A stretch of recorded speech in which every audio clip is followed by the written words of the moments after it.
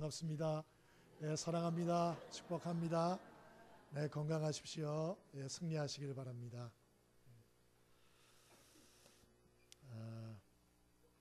사랑하는 마음이 없어도 사랑합니다 그러면 사랑이 따라올 줄 믿습니다. 그래서 사랑스럽지 않은 사람이 옆에 있더라도 사랑합니다 얘기를 해주면 사랑의 마음을 부어주세요.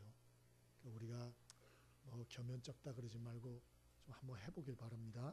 다시 한번 옆에 좀 마음에 안 들어도 사랑한다고 축복한다고 은혜 많이 받으라고 우리 한번 이야기하겠습니다. 사랑합니다.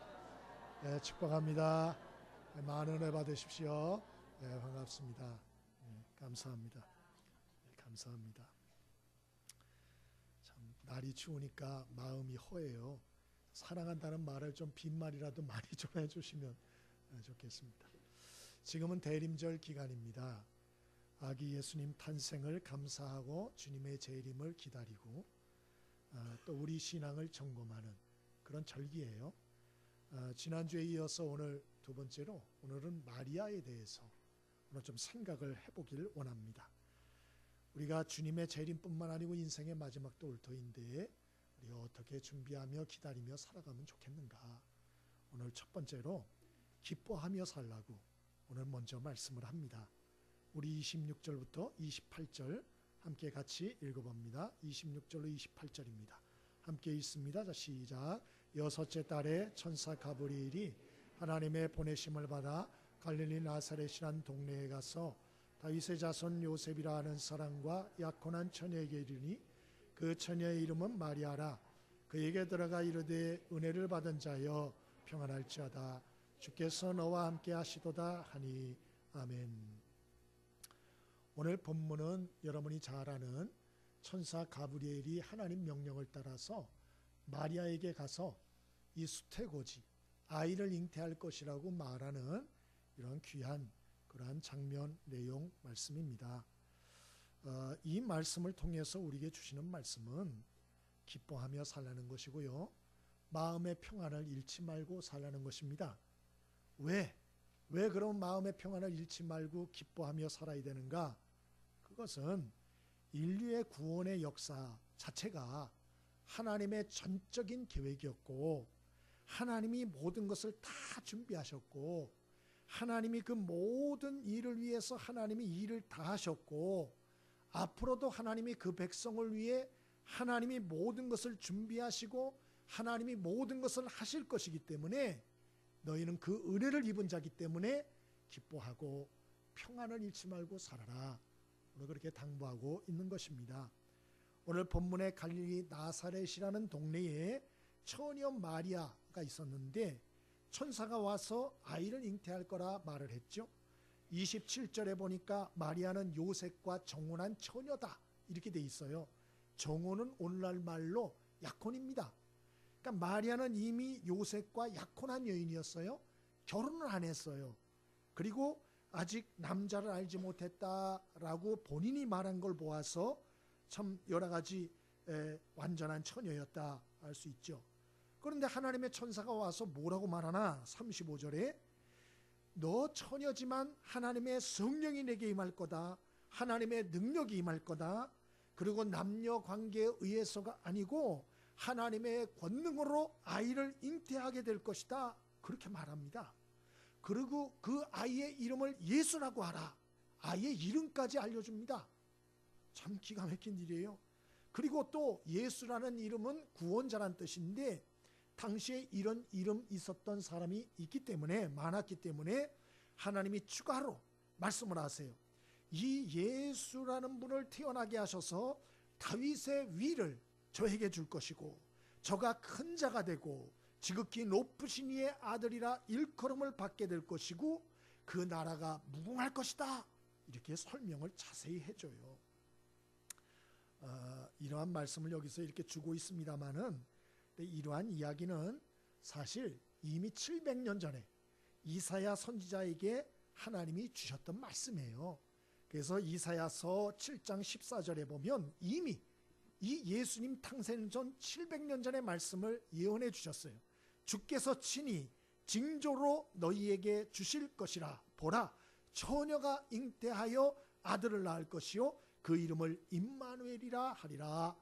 주께서 친히 징조를 준다. 무슨 징조? 온 인류를 죄와 사망에서 건지고 자유케 할 그러한 구원자를 주실 것이다. 그러면 그 구원자인 것을 어떻게 하나? 그 징조가 무엇인가? 그 징표가 무엇인가? 처녀가 잉태하여 아들을 낳을 것이다. 이렇게 말한 거예요. 그게 바로 인류를 구원할 구원자의 징표다. 700년 전에 이사야를 통해서 이미 얘기했다. 그러면 이사야가 처음인가? 아니에요. 창세기 3장 15절에 보면 이미 하나님이 예고하셨어요.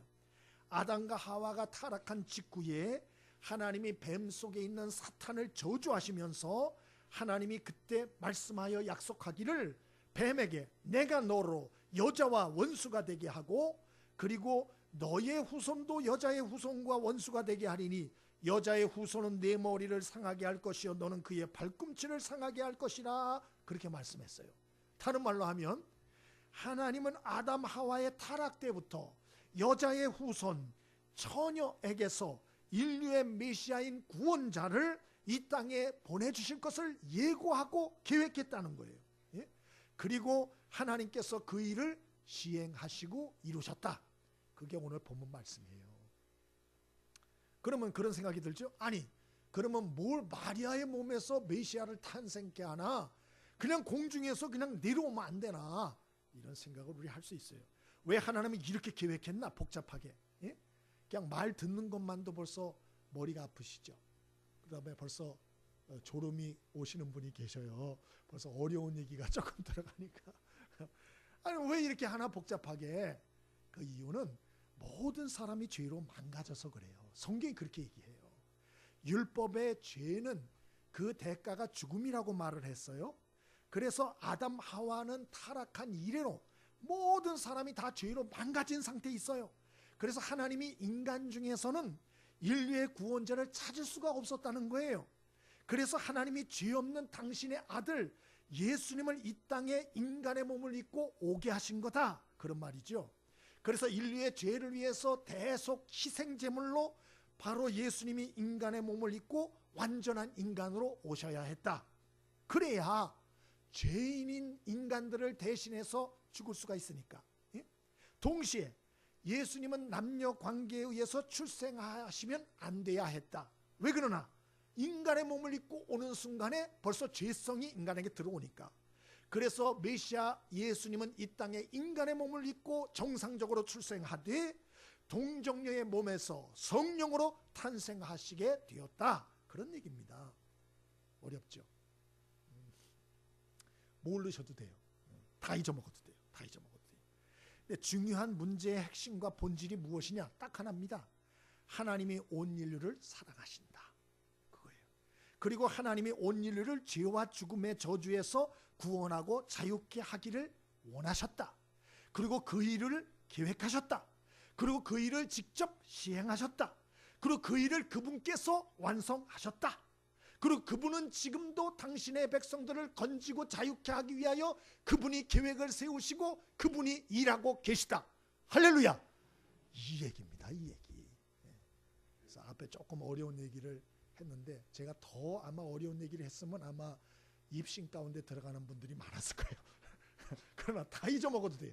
중요한 얘기는 뭐냐? 하나님 그분이 인류 구원을 계획하시고 완전히 시행하셨다. 그 얘기예요. 그래서 오늘 구구절절히 천사가 와가지고 마리아를 설득하고 엘리사벳 보라고 늙어도 아이를 임신하지 않았냐고 너도 가능하다고 막 이러면서 또 설득 막 이러잖아요. 예? 그건 하나님이 시행하신다는 거예요. 하나님. 구원은 인류 구원은 이 사람의 계획에서 나올 수도 없고 사람의 노력으로 이루어질 수도 없어요. 하나님의 전적인 작품이다. 그러므로 뭐하라? 우리 보고 하나님이 은혜를 준비하시고 이루셨으므로 앞으로 우리를 위한 은혜도 하나님이 준비하고 계시다. 그러므로 기뻐하며 살라. 두려워하지 말라. 그런 얘기입니다. 미국에 사는 성도님 한 분이 계신데 아이들이 초등학생이에요. 5학년, 3학년. 이분이 이제 미국 동부 지역 이 버지니아에 사신대요. 버지니아에. 근데 이제 애들을 위해서 뭐 우리 생각에는 미국에 살면 탁 놀러 다니고 맨날 그럴 것 같잖아요. 아이랍니다. 먹고 살기 힘들대요 거기. 그래서 이분도 미국에 사셨는데 애들 데리고 어디를 제대로 못 가봤대요. 그래서 아예 여름 휴가를 계획을 할 때 3개월 전부터 애들을 데리고 이번엔 좀 뭔가 좋은 데 가자 계획을 세운 거예요. 어디로 갈까? 놀이동산. 애들을 위해서 놀이동산 있는 곳으로 가자. 그래가지고 인터넷으로 미리 예매까지 했대요. 예? 웬만히 인터넷 예매하면 싸잖아요. 그래서 싸게 하고 또 이제 밖에 나가서 먹으면 다 돈이잖아요. 예? 얼마나 비싸요? 돈이 많이 들어가니까 버너 준비하고 밥통 준비하고 밑반찬 준비하고 다 준비해서 가자 결심을 하고 그 다음에 이제 놀이동산에 들어가면 음식값이 쌀까요? 비쌀까요? 비쌉니다. 말할 것도 없습니다. 그래서 야 놀이동산 가기 전에 우리 숙소에서 해가지고 만들어서 가자. 김밥을 만들어 가자. 계획을 다 세웠어요. 철저히 계획을 세우고 휴가 당일 딱 되었습니다. 짐을 차에다 가득 싣고 버지니아에서 올랜드까지. 이 올랜드에 디즈니 월드도 있고요. 또 유니버설 스튜디오도 있고요. 시월드도 있고 다 있답니다. 거기에. 그래서 올랜드까지. 버지니아에서 올랜드. 운전하면서 갔답니다. 얼마 걸렸냐? 16시간 걸렸대요. 16시간. 예? 그래가지고 고속도로 가는데도 얼마나 미국이란 나라가 먼지 넓은지 16시간. 자정에 출발했대. 자정에. 밤 12시에. 밤 12시에 딱 출발해서 애들은 주무시고 밤새도록 달린 거예요. 그래서 해가 뜨는 일출을 바라보면서 또 운전하고 자기가 졸리면 부인이 운전하고 부인이 또 자면은 자기가 운전하고 이러면서 해 뜨는 걸 보면서 달리고 또 달리고 또 달리고 언제까지? 석양이 질 때까지. 예? 그러니까 24시 해가지고 해가 뜰 때까지 그 다음에 석양 질 때까지 달린 거예요. 예? 그래서 장소에 딱 도착했대. 이게 웬 고생입니까? 무슨 짓 하는 거예요? 얼마나 위험해요. 잠을 안 자고 그래 16시간 18시간 운전하니 얼마나 피곤합니까? 그리고 뭐 3개월 전부터 계획하고 준비하고 얼마나 성가시러요. 예? 또 장을 봐고 준비하고 짐을 싸고 예? 얼마나. 여러분 같으면 하시겠어요? 16시간 18시간을 운전해서 가라 그러면 가시겠어요? 갈 분도 계실 것 같아요. 제가 볼 때. 근데 그 다음날 드디어 놀이동산에 들어갔답니다. 도시락을 싸가지고 두 아들이 5학년 3학년 애들 데리고 이 애들이 기절일보 직전이야. 이 디즈니 월드를 보면서 애들이 그냥 완전 혼절 직전. 울먹울먹하면서 아빠한테 그런 소리를 한 적이 없대. 그런 표정을 아빠를 보면서 울먹하면서 Daddy, I'm so happy 그러면서 막 울먹울먹 하더래요. 고맙다 막 그러더래요. 끌어안고 놀이기구가 너무 많은 거예요. 막 줄 서서 타고 여기 줄 서서 타고 너무 애들이 콩콩콩콩 막 뛰더래요. 이 성도님이 그 모습을 보면서 16시간 18시간 3개월간의 수고와 피곤과 고단함이 한 방에 싹 사라지더래요. 애들 좋아하는 모습을 보고 애들 좋아하는 모습. 하나님도 똑같다는 걸 아셔야 돼요. 하나님도 똑같습니다. 하나님이 왜 이러한 예언의 말씀을 미리 주시고 그 많은 선지자들을 보내어서 하나님의 구원의 역사가 앞으로 있을 거라고 메시아를 보내줄 거라고 고단한 인생살이 하는 사람들을 자유케 하고 두려움과 죄에서 자유케 할 메시아를 주겠다고 구원자를 주겠다고 능력자를 주겠다고 진정한 왕을 주겠다고 하나님이 구약에 얼마나 많이 말했는지 몰라요. 그리고 신약에 아예 하나님의 아들이신 예수님이 이 땅에 인간의 몸을 입고 오게 하시고 그 오게 하기 전에도 한 여인을 선택하시고 그 여인을 설득하시고 그 뒷감당을 해주시고 그리고 결국 이 땅에 메시아이신 예수님이 탄생하게 하셨어요. 왜 이런 수고와 노고를 하나님이 마다하지 않으시나? 왜 마다하지 않으시나? 그 이유는 하나죠. 바로 모든 사람들이 하나님이 보내신 구원자 예수님을 믿고 인생의 죄짐과 두려움의 짐과 공포의 짐과 슬픔의 짐을 내려놓고 그리고 하나님이 주신 그 구원자 예수님이 주시는 그 은혜를 누리며 순진한 어린아이처럼 그분을 의지하고 소망 삼고 기뻐하고 즐거워하는 모습을 하나님은 보기 원했기 때문에 그래서 이런 계획을 세우셨다는 거예요. 근데 문제는 뭐예요? 예수님이 인류의 구원자가 어떻다고? 예? 감동도 없어. 아무런 마음의 기쁨도 없어. 그럼 하나님이 참 탄식하실 거예요. 여러분 집에 쓰레기가 있어요. 예? 그 앞에 쓰레기가 더미가 있어요. 근데 누가 싹 치워줬어요. 고마워요, 안 고마워요? 기뻐요, 안 기뻐요? 여러분 집에 설거지통에 설거지거리가 완전히 쌓여 있어요. 그리고 집안이 무지 더러워. 그런데 누가 와가지고 설거지를 다 해주고 집안 청소도 깨끗이 해주고 집안 정리도 깨끗이 해줬어요. 고마워요, 안 고마워요? 별로 안 고마운 것 같네요. 여러분, 자기 집에 이런 너저분한 거 쓰레기들 누가 치워만 줘도요 너무 고마워요. 하나님은 우리를 위해서 우리가 지은 모든 더러운 죄 그리고 악한 모든 악독한 그 악들, 이 한두 번이 아니고 과거의 모든 더러운 죄악들, 현재에 짓는 모든 죄악들, 앞으로 지을 모든 더러운 죄악들을 하나님께서는 그 아들 예수님을 이 땅에 보내서 대신 십자가에서 우리가 당할 죄와 또 저주와 심판과 지옥 형벌을 그분이 대신 짊어지고 십자가에서 몸짓고 피 흘려 죽으셨어요. 그래서 우리를 모든 죄와 저주에서 우리를 자유케 해 주셨어요. 뿐만 아니고 예수님은 십자가에 죽고 다시 부활하셔서 우리의 영원한 구원자가 되어 주셨고 우리의 변호자가 되어 주셨고 우리의 동행자가 되어 주셨어요. 성경이 얘기하는 게 그 얘기예요. 그래서 영으로 성령으로 우리를 깨우치시고 동행하시고 우리를 도우시며 우리와 함께하고 계시다. 성경이 그 얘기를 하고 있어요. 여러분, 하나님이 준비하신 이러한 구원의 은혜를 감사히 여길 수 있게 되길 바랍니다. 그리고 앞으로 또 그 하나님께서 우리를 위해서도 모든 것들을 준비하고 계시다는 걸 믿게 되길 바랍니다.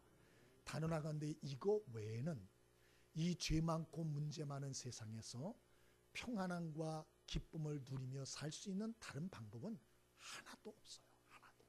다른 출구가 없어요. 그래서 성경의 이 말씀을 복음이라 그러는 거예요. 이거 외에는 다른 길이 없기 때문에. 여러분, 모든 것을 준비하시고 예비하시고 시행하시는 그 하나님, 나를 위해서 또 앞으로도 모든 것을 예비하시고 준비하실 그 하나님으로 인하여 감사하며 기뻐하며 그리고 오늘 말씀처럼 평안을 누리며 사는 저와 여러분의 인생 되어지기를 바랍니다. 우리 옆에 사람을 보면서 인사하십니다. 하나님이 당신을 사랑하십니다. 평안을 누리며 살게 되길 바랍니다. 기뻐하며 살 수 있게 되기를 바랍니다. 그게 하나님이 소원하시는 마지막을 기다리는 성도들의 자세예요. 그걸 원하신다. 마지막 두 번째로 우리가 하나님의 마지막 때를 기다리는 사람들이 어떻게 살아야 되는가? 38절 한번 읽어봅니다. 38절 함께 읽습니다. 38절 읽습니다. 자, 시작. 마리아가 이르되 주의 여정이 오니 말씀대로 내게 이루어지이다 하매 천사가 떠나가니라. 아멘. 첫 번째로 마리아를 통해서 배우는 마지막 때를 기다리는 성도의 마땅한 자세, 첫 번째는 기뻐하며 살라, 평안을 누리며 살라. 두 번째로는 믿고 순종하며 살라. 그렇게 당부하세요. 믿고 순종하며 살라. 천사 가브리엘의 말을 들은 이 마리아는 큰 충격을 받았을 거예요. 왜? 아직 결혼도 안 한 처녀, 약혼 상태예요. 그런데 그런 처녀에게 천사가 와서 뭐라 그러나 아이는 잉태하게 될 것이다. 그것도 요셉의 아이가 아니에요. 성령을 통하여 동정녀 탄생을 하게 될 것이다. 그렇게 말했어요. 받아들이기 어렵죠. 그러나 불가능한 건 아니에요. 왜 그러나 여러분, 아담과 하와가 남녀관계를 통해서 나왔어요? 아니면 하나님이 만들어서 나왔어요? 하나님 만들었어요. 아담 하와도 남녀 출생으로 존재한 사람들이 아니에요. 하나님이 직접 빚어서 생존한 사람들이에요.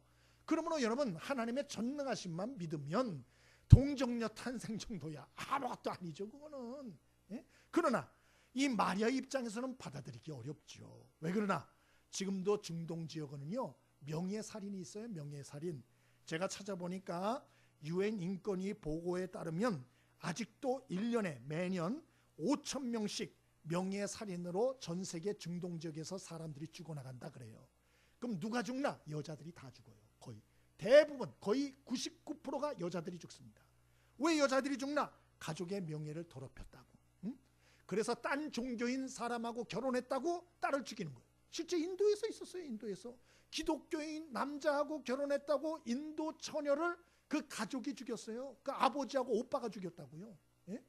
이런 일이 지금도 많아요. 1년에 5천 명이에요. 5천 명. 예?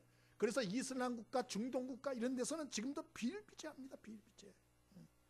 그러니 지금으로부터 2000년 전 중동 지역 유대 땅은 어떠했을까요? 여자는 사람도 아니에요. 응? 처녀가 결혼도 안 했는데 임신을 했다고? 첫 번째로 그 가족, 아버지나 오빠가 딸을 죽이려 했을 거예요. 만약에 그 발각됐으면. 두 번째로 동네 사람들에게 발각되면 부정한 여인이라고 두 가지입니다. 첫 번째, 돌로 때려 죽이거나 그리고 불태워 죽입니다. 두 가지입니다. 그리고 세 번째로는 이 사실이 발각되면 정혼자 요셉, 약혼자죠. 이미 약혼으로 할 때에 몸값을 지불해야 됩니다. 여자한테. 아주 못된 습관이죠. 몸값이 뭡니까? 결혼하는데. 근데 옛날엔 그래요. 지금도 그래요. 지금도 인도나 이런 데는 지금도 그래요. 몸값. 신부 몸값. 예? 그러니까 몸값을 이번 약혼할 때 줬으니까 이 요셉이 와가지고 고소할 수 있어요. 배상해달라고, 위자료 달라고, 정신적인 충격비까지 해가지고 세배 달라고 얘기할 수 있어요. 그럼 사회적으로 매장되는 거죠. 한마디로 마리아는 행복하고 소박하게 사는 꿈 다 날아가는 거예요. 다 날아가는 거예요. 그런 소박한 꿈 정도가 아니고 이제는 아이와 함께 돌에 맞아 죽을 수 있는 이러한 이야기를 천사가 하고 있는 거예요. 더 놀라운 건 무엇인지 아십니까? 그것은 바로 마리아가 순종했다는 거예요. 순종. 마리아가 이 말에 순종했어요. 그리고 더 놀라운 게 있어요. 그건 뭐냐? 하나님이 마리아를 책임져 주셨다는 거예요. 그래서 이 마리아가 요셉에게 버림받지 않게 하셨어요. 어떻게 그런 일이 일어나나?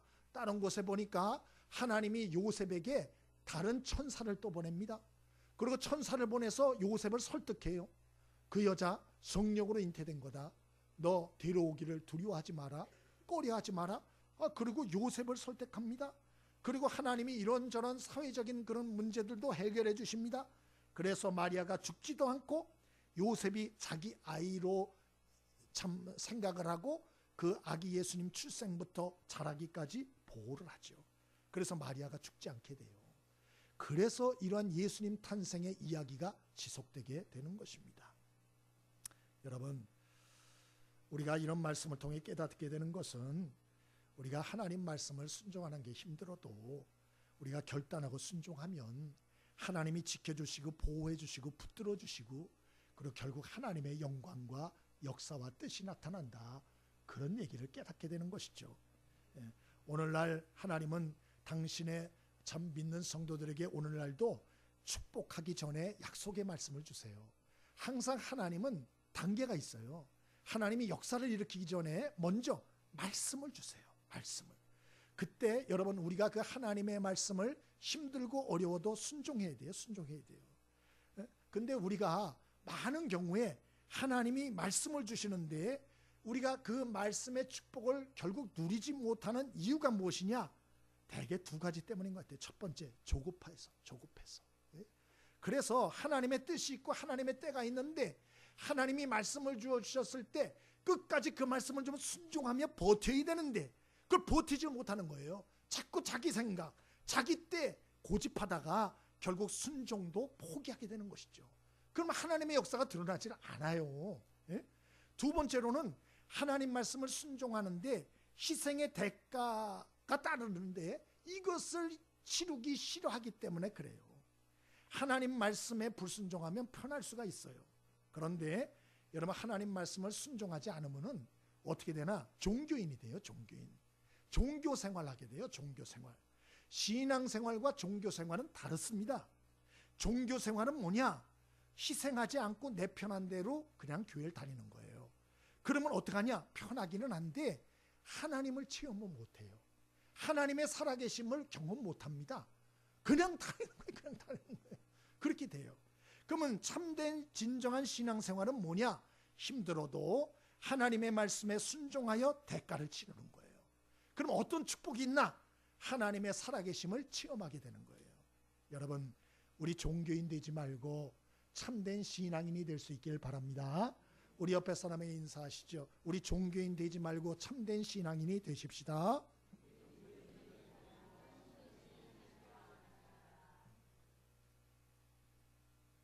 제가 보니까 다이어트 하는 분들 보니까 독하더라고요. 그래서 특히 여자분들 이 다이어트를 딱 하겠다고 하니까요, 친구들이 와도 과식을 안 하더라고요. 예? 절대로 과식을 안 해. 손님이 와도. 그래서 자기는 다이어트 음료 내놓고 먹더라고. 이야, 독하다. 독하다. 그 생각했어요. 여러분, 몸무게 하나 빼는 것도요, 그래 뼈를 깎는 결단이 필요해요. 그렇잖아요. 여러분 뭐 하나 하려고 그러면 결단 안 합니까? 하잖아요. 근데 신앙생활은 그렇게 안 하시는 것 같아요. 신앙생활은 더한 거예요. 여러분, 신앙생활에 왜 변화가 없나? 하나님이 자꾸 말씀을 주시는데 그게 순종은 안 해요. 그러니까 변화가 없고 아무런 역사가 없는 거예요. 여러분, 하나님은 그 백성에게 어떤 축복과 영광을 주시기 전에 먼저 말씀을 주신다는 걸 잊지 않게 되길 바랍니다. 그리고 하나님이 그 말씀을 내게 감동을 주실 때, 여러분 그 말씀을 온전히 순종할 때 대가를 치러도 그게 손해가 아니라는 걸 명심하고, 또 여러분 그 순종을 할 때에 자꾸 내 시간 생각하지 말고 쉽게 낙심하지 말고 끝까지 순종하여 하나님의 영광과 역사를 경험할 수 있게 되길 바랍니다. 저는 내년을 준비하면서 하나님께서 주신 말씀들 어떻게 하면 좋을까 하는데 창세기 17장 말씀을 주셨어요. 아브라함에게 주신 말씀입니다. 아브라함이 99세가 되었을 때 하나님이 나타나요. 그리고 아브라함에게 말씀하셔요. 네 이름 바꿔. 그렇게 말씀해요. 그 아브라함의 이름이 뭐였냐? 아브람이었어요. 그냥 고상한 애비 그런 뜻이에요. 근데 하나님 뭐라고 바꾸라 그러냐? 아브라함이라고 바꿔 그랬어요. 아브라함은 뭐냐? 열국의 아버지 그런 뜻이에요. 야, 너 너무 네 마음과 인격과 네 생각이 믿음이 너무 작고 너 그릇이 너무 작다. 좀 열국의 아비 하나님의 뜻을 좀 네 생각하고 네 마음 말고 하나님의 마음을 좀 가져. 하나님 아버지의 마음, 하나님 아버지의 믿음, 하나님 아버지의 인격, 하나님 아버지의 스케일, 하나님 아버지의 시각을 좀 가져. 그래야 너 내 동역자로 내 뜻을 이룰 수 있을 것 같아. 이런 마음을 저에게 주셨다고요. 저에게도. 여러분, 그래서 제가 참 내년도 표어도 그렇게 정했어요. 그래서 하나님 아버지 마음을 품고 전진하는 교회, 이렇게 제가 정했습니다. 저에게 주신 말씀이에요. 여러분, 오늘 새벽에도 같은 말씀을 주셨어요. 요한일서 말씀인데 아비들아, 그런 말씀. 하나님의 교회에는 아비들이 있어야 된다고 똑같은 말씀을 받았어요. 그리고 제가 설교도 했어요. 그런데 오늘 새벽기도 제가 이렇게 오는데요, 집사람하고 오는데 앞에 어떤 남자분 하나가 걸어가더라고요. 저희가 저쪽에서 오는데 걸어가더라고요. 그래서 걸어가나 보다 하는데 이 양반이 저기서 이렇게 오더니 우리 저기 화단에 있는 그 추리 있잖아요. 성탄 추리. 거기로 이렇게 가더라고요. 저 양반이 왜 저러나 그러고 우린 뒤에서 오니까 이렇게 보니까 그 성탄 추리에 이렇게 구슬 있잖아요. 그 구슬 있는 거. 그걸 이렇게 만지작 하더라고요. 저거 봐라. 저 뛸라 그러는 것 같은데 분위기가. 그래서 우리가 뒤에서 인기척을 좀 이렇게 냈어요. 그랬더니 그 양반이 다시 나오더라고요. 이렇게 나오더니 우리가 또 하는데 교회 요 앞에 딱 오더니 추리가 또 있잖아요. 이렇게 올라오더니 또 그 추리 또 그 구슬을 이렇게 손을 잡고 또 이렇게 하더라고요. 우리가 뒤에 오면서 좀 수상한데. 그래서 또 이제 뒤에 인기척이 들으니까 허들짝 하고 가시더라고요. 그래서 이제 우리 들어왔어요. 그래서 이제 기도를 이렇게 쭉 하는데 자꾸 마음에 수상하다 수상하다 마음이 드는 거예요. 그래서 제가 앉아 있다가 한참 있다가 올라갔어요.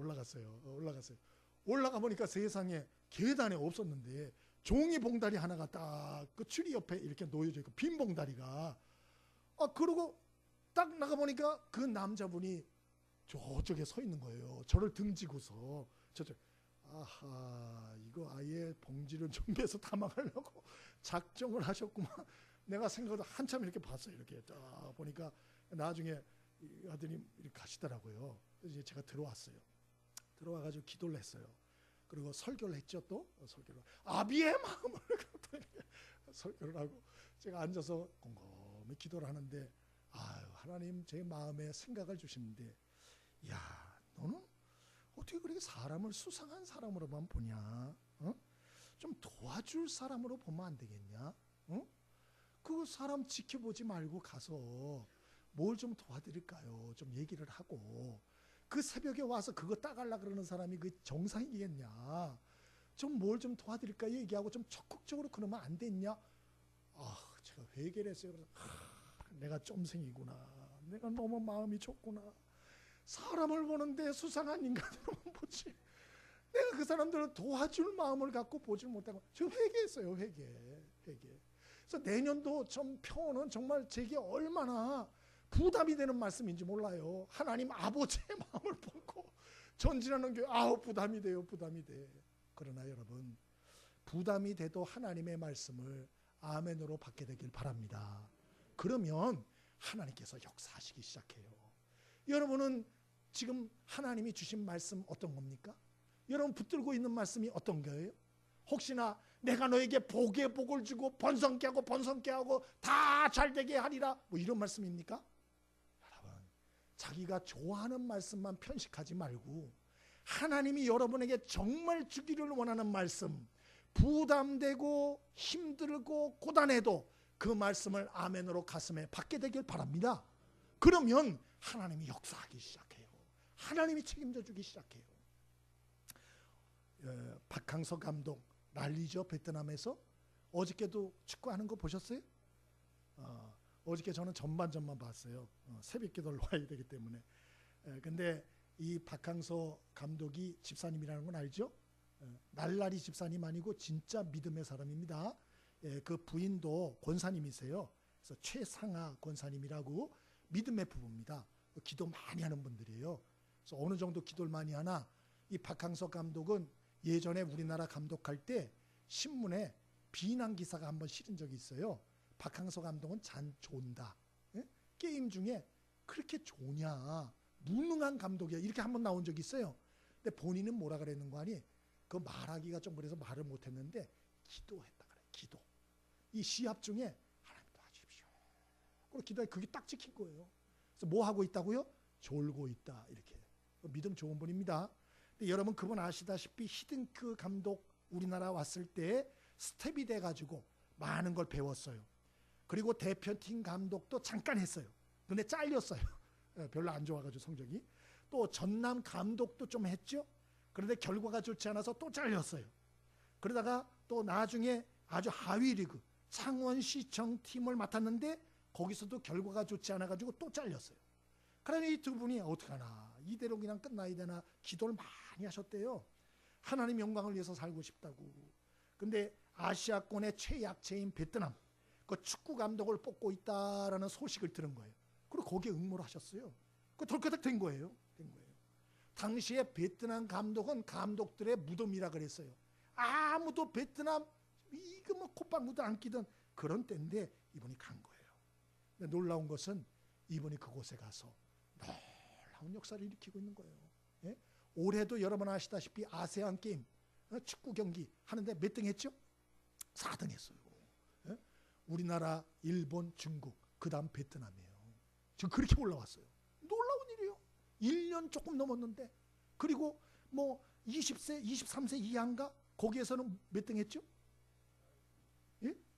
준우승 했어요. 준우승. 23세 이하에서는 준우승을 시켰어요. 대단한 거예요. 그리고 요번에는 어저께 스즈키컵 한 10개 나라인가요? 11개 나라 하는데 어저께 뭐 했죠? 우승했어요. 저 첫 골 들어가는 거 봤는데 제가 와! 하면서 뛰어다녔다는 거예요. 제가. 우리나라도 아닌데 내가 그렇게 길길이 뛴 건 처음이에요. 길길이 뛴 건. 응? 제가 왜 그랬나? 그것은 이분을 제가 보면서 희망이 생겨서 그래요. 희망이 생겨서. 예? 이분이 가장 좋아하는 성경 구절이 어딘 줄 아세요? 데살로니가 전서 5장 17절이에요. 데살로니가 전서 자기가 한 얘기예요. 데살로니가 전서 5장 17절이 뭔지 아시는 분? 그렇습니다. 쉬지 말고 기도하라. 이분이 가장 좋아하는 성경 말씀이에요. 그래서 이분은 쉬지 않고 기도한대. 항상 기도한대. 예? 근데 기도해도 일이 잘 되는가? 그렇지 않아요. 여러분 이분의 인생을 보세요.